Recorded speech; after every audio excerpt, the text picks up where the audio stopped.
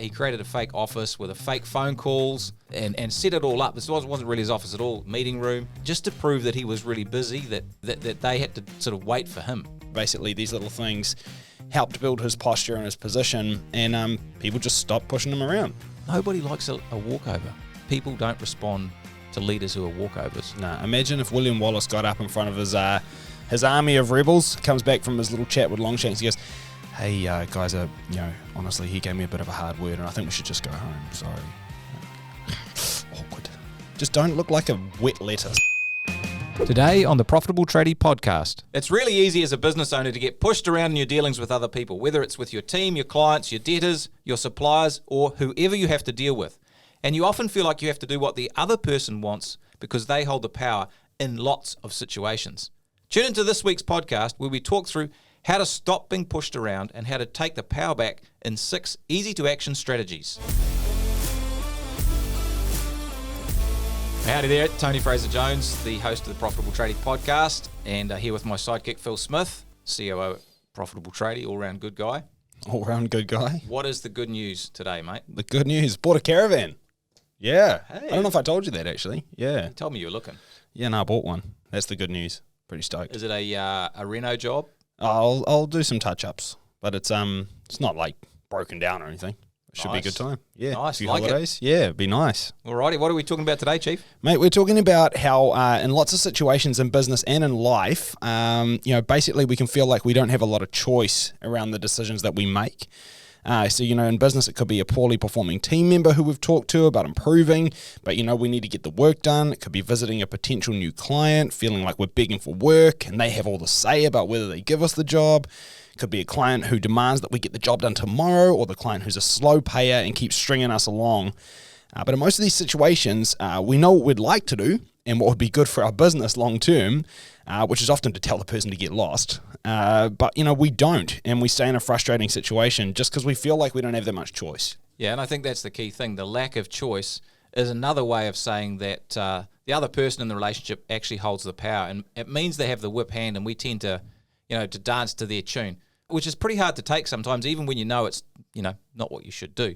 It's not a nice feeling as well. You feel weak. You feel like, like lots of things are a negotiation in business, and the person with the most power is the one who tends to win. And if we don't feel like we've got the power, we tend to come out on the losing side. So power is a huge part of every relationship. And it turns out that when you understand the power dynamics that are at work, you can actually change things and change the power balance in the relationship to put you in a better position. You can do things that will actually give you more power and stop you getting pushed around and actually help you get what you want. Yeah, sounds like a pretty good outcome. I'm sure a lot of people listening are going to want to stop being pushed around, and I'm sure you have a story to kick us off. I do. There's a fantastic book called Winning Through Intimidation. It's written by a chap called Robert Ringer, and he's a commercial real estate agent in, I think, the Midwest, is he?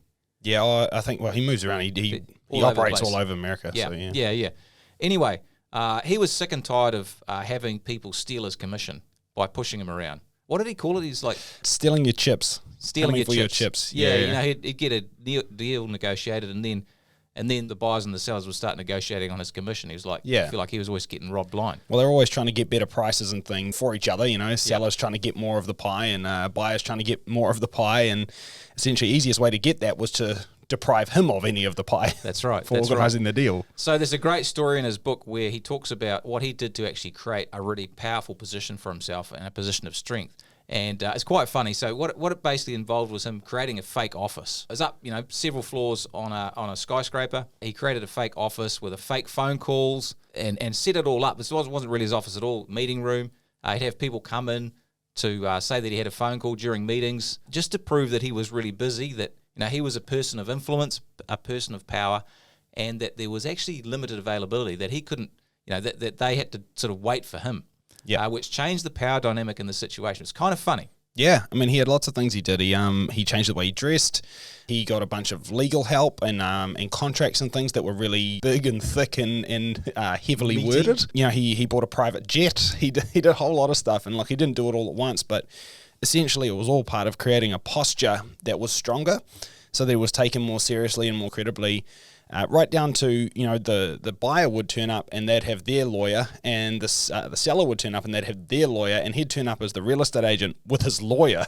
which is something that was just never done. But it was just something he's like, well, there's no rule against it, and I can do it. And so basically, these little things helped build his posture and his position, and people just stopped pushing him around because He kept his chips. Yeah, he kept his chips basically because he had more credibility and he had more weight. Yeah, and so nothing had actually changed from the buyer and seller in terms of their real relationship with him, but he'd changed the whole dynamic of the relationship by the way he presented himself and the way he acted and the way he went about things. Yeah. And we can do the same in our business as well. Yeah, and the last thing I think that Robert Ringer did really well, which I think is just really cool, is he made himself some non-negotiable things that he was going to stick to and then actually stuck to them. So he decided, I'm just not going to give away my chips ever for anything, and I'm willing to blow a deal up if I'm not going to be part of it, if they're going to try to cut me out of it, because I set it up.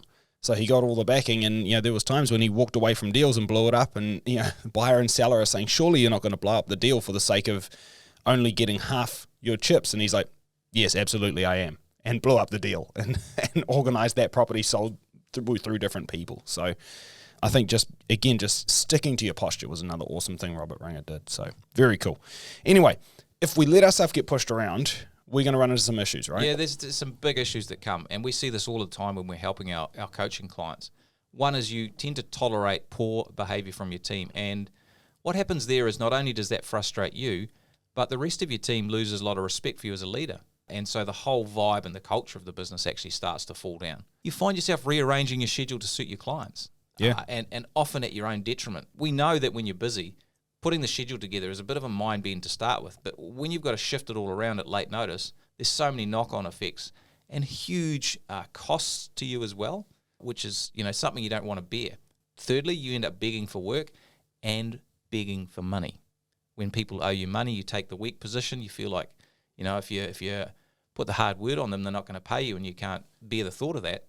So that's really important as well. You just end up begging. You feel weak and you feel ashamed of the fact that everyone's pushing you around. We see this a lot. Like it becomes a self-fulfilling prophecy.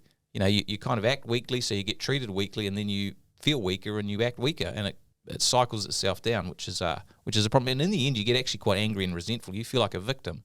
Yeah. Trouble is, you're the victim by the way you've acted. Or your own doing, really. Yeah, you're a victim of your own action or inaction. Yeah, and you're there when you start using phrases like, there's nothing I can do.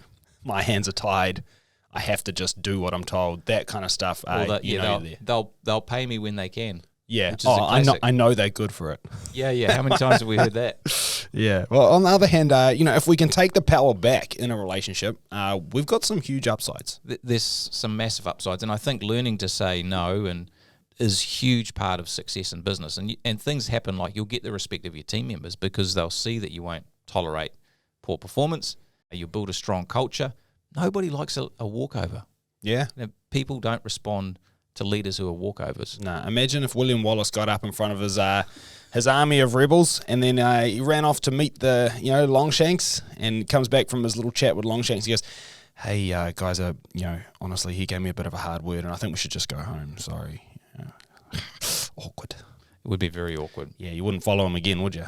No, but this happens all the time in businesses, and maybe you've experienced this as a business owner. You've tried to be nice, but it's actually blown up in your face. Yeah. If you take the power, you will end up getting better margins, and you'll be able to charge higher prices because you don't feel, like a pussy basically who's not prepared to charge what you need to. You attract good clients because they respond to strength. You feel strong and actually in control of your business and your life, and this is a huge one. So it builds confidence in your ability to actually make things happen. Yeah. It's unbelievably important. Yeah, and you'll get what you want, and things don't just happen; they happen the way that you want them to, which is crucial. So yeah, we can see, we've coached thousands of people. We can see that the people who are more assertive and don't get pushed around and actually know how to say no, they have better results in their business and in their life. Yeah, totally, so important. And so, how do we do this? I mean, I think the first thing is creating that posture that we talked about. Well, that's right. Power. It's about power and this concept of positioning. And it's really hard to describe. I know we've racked our brains about how to sort of describe this many times. And it's a bit like the wind. It's hard to describe, but you can see and feel its effects. You can see the trees bending. You can feel the wind on your face. You know when when you're in a power situation. You know sort of just implicitly when you're wussing out. Yeah, yeah. Everyone knows, and you probably can think of a position or a situation you've been in when you've done that. And every single relationship in life, in business, personal life, whatever, there is power at play. Like, boss and team, there's power going on there. Sometimes the boss has got the power. Often, unfortunately, the team has got the power. Well, fortunately and unfortunately, depending on the situation. Well, but yeah. I think the key is power can be different in every relationship. Parent-child and in every relationship. situation. Yeah, parent-child relationship, buyer-seller relationship. And who holds the power really depends on the situation and how you frame it, how you go about it, the thought process you have. And, you think about a buyer-seller relationship. So if the property market's really hot, who has the power? What's the seller? Because there's lots of buyers, the price get bid up, the seller can be really discerning, and they've got the power. But in a down market, who's got the power? The buyer has. There's not many buyers. The sellers really need to sell. They've been waiting a long time. Now the power switches around. So it does really change. And this feeds into lots of things. I mean, if you look at an employment market as well, I mean, there's times when, jobs are pretty scarce. And so employers have the power, right? Because jobs are scarce. You should be so lucky to have a job right now. And there's other times when employment's at an unprecedented low, unemployment, I mean. And so basically there's jobs everywhere. And so employees have more power because it's easy to get a job. I can always go somewhere else. So power can switch even on the same topic, depending on the situation. That's right. And here's the big thing. Power and who controls the situation is a massive issue for business owners. And most business owners think they can't control it. They think that's just the way it is. That's just, I just have to take the price as it is, or I just have to wait till I get paid, or, they'll give me work if they feel like it. Yep. Insert situation here. That is not true. This is really important to understand. And we spend a lot of time working with our members, helping them take the power back in the situation to actually get a better result. Yeah, it's real important. And I think here there's, like I said, there's a few different types of power. So, there's positional power. So, obviously, if I'm the boss and I come into work, I'm the boss. I mean, just by nature of my role, I have power. It's there. If you're the captain of the sports team, you have some power. If you're the coach, you have some power. If you're the newbie who's on their first day, you have less power. It's just kind of, positional. It depends on who you are and where you're at. There's personal power. So again, that's when somebody just holds a lot of, I don't know what the word is, but, a lot of weight, really. Yeah. They carry weight. They have presence. They're a natural leader. And you'll know that, you'll look at your own team or, different situations, maybe your friend group. There'll be some people that just kind of have more sway. And they have more kind of presence and weight within that situation. They walk into a room and they have a presence. Yeah, that's right. And that's that could be at work, it could be at home, friend groups, sports teams, anywhere. And then there's situational power, which is really about credibility on a topic. So, for example, I used to play a lot of rugby. If me and you were talking about rugby, I'm probably going to have a little bit more power in that discussion because I might know some stuff that you don't know. On the other hand, if we're talking about investing, you've done a lot more investing than I have. So, you're going to have more power on that topic. And so, situationally, one person or another doesn't have more power than another. And I think power gets bandied about as like quite a negative term. There's all these kind of power hungry kind of phrases. And, power is not negative. There's actually power going on in every interaction you have with another person. And it's really about credibility and, knowledge and weight on a topic or a situation. And it needs to be there because without power and without there being a clear sort of difference in power, people can't actually get an outcome or what they want out of that interaction. So basically, it's not a bad thing. This has to be there. It's really important. The big thing, though, is that the person who holds more power in whatever situation is more likely to get what they need or want from that situation. So if there's something that you really need or want, you need to be able to take the power. If you want to get paid, you need to be able to take the power in that discussion. If you want to hire somebody, you need to be in a position of more power than the person that you're employing, or otherwise you're probably going to get pushed around and hire somebody with terms that you don't want. Yeah, you want them to work for you. That's right. And, if you're organising a date with, with now we're getting to the nitty-gritty. That's right. Look, if you want to go to Outback Steakhouse, you need to assert that because otherwise you're not going, all right? So we know who holds the power, Phil, and we'll go there. Won't go there, mate. Anyway, my point is like, the person with more power on that situation is more likely to get what they want. And again, we're not suggesting you manipulate people. That's not what this is about. It's not manipulation. Maybe a little bit, but it's not really about that. It's more about just not getting pushed around, getting what you want, because when you take that power, things will go the way they need to, and you'll have a better business, a better life. Well, and if you don't learn how to take power, basically what ends up happening is you feel broken, bitter, and bewildered. Yeah, that's right, which is no good. And I'm sure there's a lot of people which, feel powerless. And so, we've got some pretty good techniques to help you get the power back. So let's look at what you can do to take more power so that you don't get pushed around and you get what you need. Yeah, I think there's 9 things that you can do, practical things to help you put yourself in a position of power. Number 1 is to understand position or legal power. So, that's in situations in business where, look, if you've got good contracts, that makes a huge difference. A lot of commercial work is a battle of the contracts. Yeah. And if your contract is really good and you've tagged out the right stuff and you've specified how many trips you're going to take to each job and that blows out, then you've got some actual legs to stand on to actually put forward the claims that you need to. And if you don't have the right contracts, you can't do that. Yeah. Terms of trade are the same. Make sure you've got good terms of trade because that actually gives you some teeth, some actual power to get some action happening. The chain of command. Have a clear chain of command so everyone knows who reports to whom. That creates the right power situation. So position and legal power is something that everyone can do. Yeah, and on the legal thing, I just want to be very clear because, we get a lot of people, they say, hey, but Phil, I can't do this because, the person I'm working for or with, they're a big swinging DICK and basically they're able to tell me what to do. This is a big company. I should be so lucky to work for them. So I can't use my terms of trade, or, hey, I'm subcontracting for this other person and, I really need the work. So I just have to do what I'm told. And it's like, no, that's actually not true. Like you can always use your terms of trade. It's just about, maybe there's going to have to be some kind of compromise, and maybe they'll have some very strict rules. And if those rules don't fit for you, then don't work with them. But also, like, it's fine for you to have some non-negotiables and some terms as well, because at the end of the day, they wouldn't use you unless they needed you. So it's not like there's the power, imbalance is a be-all and end-all. You need to be able to assert yourself and use your legal tools. There is actually no situation where you can't use them. It's really important people know that. Yeah, or at least to improve the situation you've got. That's it. It might not be that you get your way on every single one of your terms, but there'll be some non-negotiable terms that you have. And honestly, like you can't bend on those things or otherwise you're just going to end up in a crap situation. You are. You almost stole one of the 9, which is the best, which I wanted to leave till last. So just but I love to get ahead of myself. Anyway, let's go to number 2. Number 2, controlling the environment. This is huge. Environment does a lot for power. And, early days when I was started this business coaching lark, I used to travel to people's offices or workshops to coach them there. Yeah, you're a bit of a simp though, I was a simp then, and also I would park my car around the corner so they couldn't see Honda. It wasn't a Honda, it was a Ford Ford Focus or something. It was terrible. Oh, geez, so the Honda was an upgrade. For those of you that don't know listening, Tony had just an amazing Honda Accord, which we called the Honda. It was awesome. Yeah. Long live the Honda.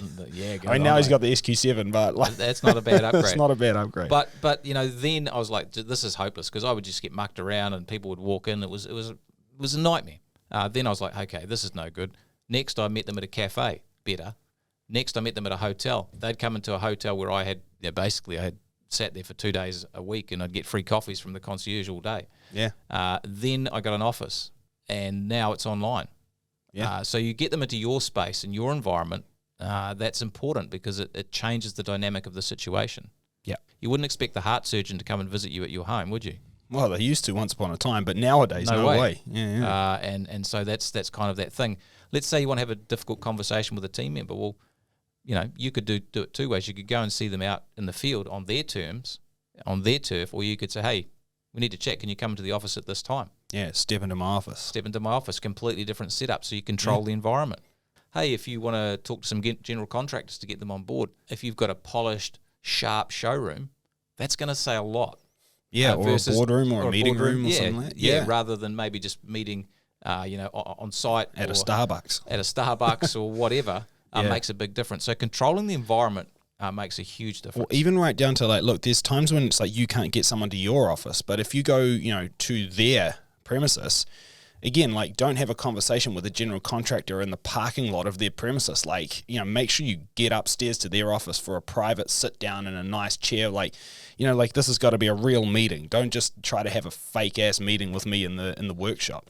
It's control the environment. Yeah, and that sort of leads into number 3, which is pre-framing the conversation.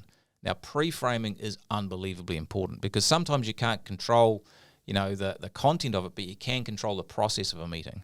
And when you control the process of a meeting, that gives you a lot of power. So basically what that is, it's setting the agenda when getting started so you actually control what's going to happen. Now, an example here might be a sales call, and your sales script might have something like this. Hey, is it okay if I go through how we'll do things today? First, we'll talk about what you want to achieve. Second, we'll talk through any concerns you have. And third, we'll talk about budget. And once we have a good idea of what you want, what your concerns are, and what your budget is, then I'll talk through a couple of solutions that could work. And if it makes sense, we'll put a quote or a bid together and you can sign that off and we'll book the job in. Are you okay with that? Now, you've taken total control of that interaction. You're basically got the puppet strings and you're getting people to go through the hoops that you want to go through. And you can pre-frame any conversation. Yeah. With a team member, with a contractor, whatever it is. Yeah. And so that means you're controlling the process. Yeah, I mean, and this is huge. Like, you can put this in any situation. Like, maybe you're calling somebody, arranging getting your bill paid. And you say, hey, great to have you today. Look, I just wanted to go through a few things with you. Firstly, I wanted to talk about the job we've just finished. After that, I just want to review our terms and conditions that you signed. After that, I want to talk about, your outstanding bill, and then we can make a plan from there. Is that okay with you? It's like, we know what we're doing now. You listen to me. My wife actually did this to me the other day. It was a Saturday morning. She gets up out of bed and she says, hey, Phil, just real quick before we finish breakfast, today we're going to need to do X, Y, and Z, and after that we'll be able to do this with the kids. So, yeah, make sure you're doing that. And I'm thinking to myself, I hadn't planned to play golf, but I guess I'm cleaning the house now, aren't I? You've been I got positioned, man. You got pre-framed, buddy. Yeah, I did.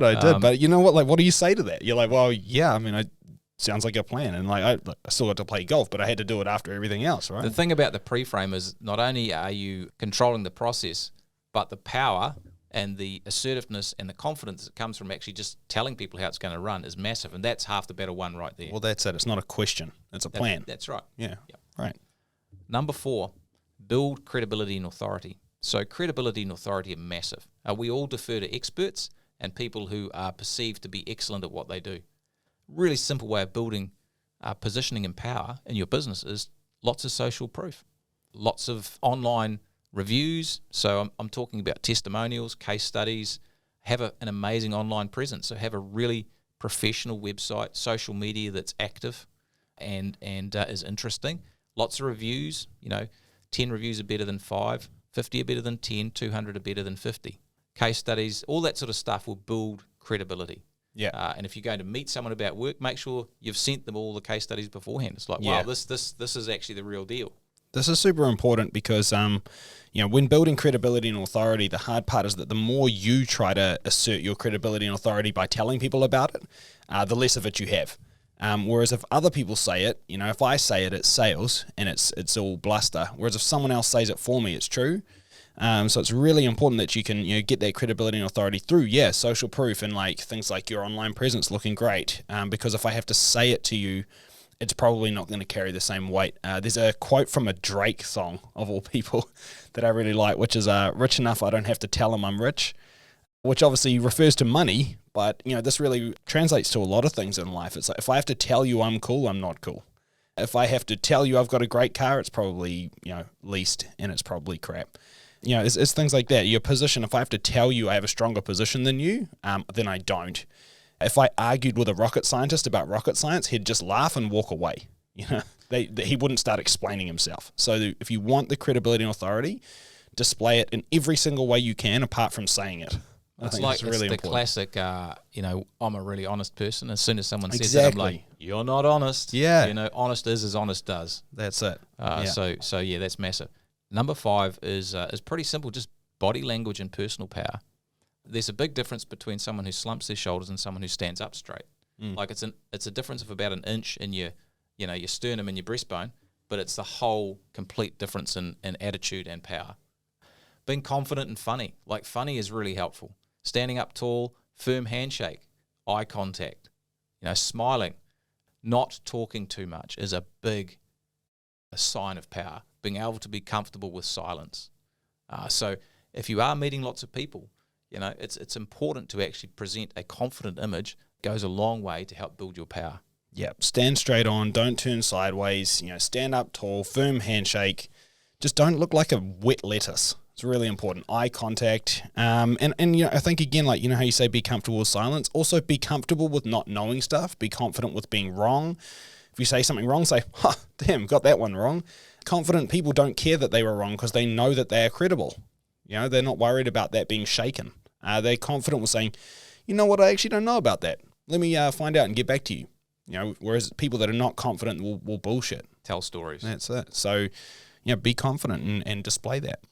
Number 6 is incredibly powerful, which is creating scarcity and urgency. Now, if there's not enough of something to go around, or there's perceived shortage of something, people want it more. Or people think it's incredibly sort of smarmy and trite from a marketing perspective, but it just works. And it's things like, hey, you could tell people, hey, look, we're really busy over the next 6 weeks and we haven't got many slots left, but we do have a slot next Monday afternoon or next Wednesday. What would work best for you? Now, that may or may not be true, but you've created the sense that there is some scarcity and demand for your services. Everyone's hopeless at choosing a time and making a decision. You give them an option, and they're more likely to fit in with what's going to work with you. Well, the thing here, Tony, is it's actually not like there's the scarcity and urgency, which really is important, but it's also the direction. You're directing them. And by creating scarcity and urgency, you're actually directing them to help them to make a decision and to help them to get something done. And as you say, people hate having to direct themselves. And so when you give somebody 2 choices, you create scarcity, urgency, you help them get out of their own way, and you make a decision for them. And actually, you've just made their life easier by making things easier for you. So it's actually a win-win. Oh, it's so true. I mean, people are hopeless at making decisions. It's a real overhead for people, so we take it away, and that's a big win. Well, it's been studied. When you tell somebody, hey, when do you want to meet up? The most likely response is no response, because they'll say, oh, you know what, I'll have to find out. Let me get back to you. Let me check my calendar. And then it just doesn't happen. That's actually the most likely outcome. Whereas if I say, hey, we can meet up. Do you want to catch up for a coffee, Thursday after work or Friday after work? They'll be like, Friday. They just pick one, right? I don't know why you're meeting someone for coffee after work. You're probably not going to sleep. But anyway, I digress. What's number 7? We're up number to 7. Non-attachment to the outcome. This is very sort of Buddhist Zen philosophy. The power belongs to the person who cares least about the result.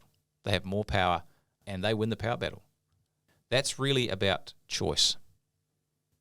The more sales appointments you have in the calendar, the less you're going to worry about a particular opportunity. If you have 3 or 4 people who are applying for a job, then you're more likely to choose a good person because you're not wedded to the one person and you're not just looking for what you want to find in them. Yeah. So non-attachment to the outcome is massive, and it's incredibly important in sales. The person who cares the most will end up basically begging, overselling, trying to impress. When that doesn't work, that tends to repel people. Yeah. And they'll hold on way too long and they'll give away way too many concessions to the point that it probably almost doesn't work for them. But just to get it it's like done. you said though, Tony, is you can't actually, it's really hard to have non-attachment to the outcome if you are attached to the outcome because you have no choices. So I think one of the biggest things you can do to build positioning or to build power and personal power is to create options for yourself. So, if you are marketing and you're trying to get work, you'll always have less power if you've done less marketing because you have to take what you can get while you feel like you have to. The reality is you don't have to and you shouldn't, because the more you keep your power, the more you'll win the work. But it's hard. Where it's way easier if you've actually done more of that legwork in advance, you actually feel like your position is stronger. It's easier to then make it true. Same with hiring, same with anything really. I mean, right down to you getting mucked around by a friend who always flakes on hanging out. Well, if you've got more friends, then who cares? You just be like, that's fine, Tony. If you're flaking out, that's cool. I'm going to hang out with Damon. Yeah, well, I mean, sometimes you have to go to the bottom of the barrel. But anyway. Damon's actually sitting in the office with us right now, so yeah. He's laughing right now because I never invite him out for a beer. And I wonder why. Here's the thing on the choice. We find, with margin problems, when people are not making the margins they need off their jobs, inevitably there's a marketing problem because they are holding on to low profit work that they feel like they have to do just to keep the team busy, to keep the cash coming in. Whereas if they actually went out there and marketed hard into a different niche, a profitable niche, they'd get more work and they would cut the people who are low profit. And so, that non-attachment and that choice is just absolutely critical. Yeah, and you have to have it all the time, but it's easier to have it if you've done the legwork to create the choice. So 100%. That's it. What's number 8? Number 8 is focusing on the long term. So we get very caught up in what's happening in the short term. and we think about the short-term impacts, but really if we think about the long-term impacts, we often make a different decision, and it helps us get clear about what's actually important here. So a classic example is sticking with a poor employee. In the short term, we're like, well, we need them because we've got all these jobs to do, and if they're not here, how's that going to work? And I'm going to have to put jobs off, and maybe I'm going to have to jump in and do some extra work. That's okay, but it's a big problem because it's not going to get better. It's going to create bad customer service and probably upset clients and damage your margin. Could actually pull things back. That's right. You think about the long term, which is like, hey, where do we want to be long term? Is this fit in with my long term plan? You know, if I get good team members, how's this going to look in the long term? So it switches our focus. Well, on top of that, Tony, you're actually less likely to take action on replacing that bad person if you've kept them, because you'll be telling yourself stories like, oh, well, they'll just get me through this patch and then I'll do it. It's another patch. But then there's another patch and you end up hanging on to them for too long. My dad, when he farts, he always says, better an empty house than a bad tenant. The thing is, it's actually quite hard to do, right? Because when you got the empty house, you got bills to pay that the tenant's not helping you cover. So I think the thing is you just have to understand that by keeping that bad tenant, they might trash the house and then I not just have the bills to pay, but I've got the repair bills, and I still got to axe them, and I still got to find a new tenant. So, like, actually, at some point, you do just have to focus on the long term. The problem never gets easier. It always gets harder. That's right. So, long story short, if you need a fart, just do it. Yeah. Yeah. Anyway, what's number 9? Out and in. This is the Mac Daddy strategy for holding power, is just remove yourself from the game. Don't play. Like, say no. Yeah. It's just like, well, I'm not going to do that. I'm packing up my bat and ball and I'm going home. I'm going home. Yeah. And it's basically having a bottom line under which you're not prepared to go. That's the ultimate power. It's the takeaway power. Well, it's funny, actually, buying this caravan that I was telling you about, trying to haggle the price a little bit, as you do. Get down to a certain point, and the lady selling it just goes, nah, look, I'm not going lower than that. And I had told myself I wouldn't go higher than my price. This was higher than my price. So I walked away until I realized I actually wanted the caravan a lot more and that I was willing to pay that price. And so actually I got positioned by her. But the reality is in getting positioned by her, I realized I wanted the caravan more than I thought, and I was actually willing to pay the price. And so, she got what she wanted in her higher value, but I actually got what I wanted too.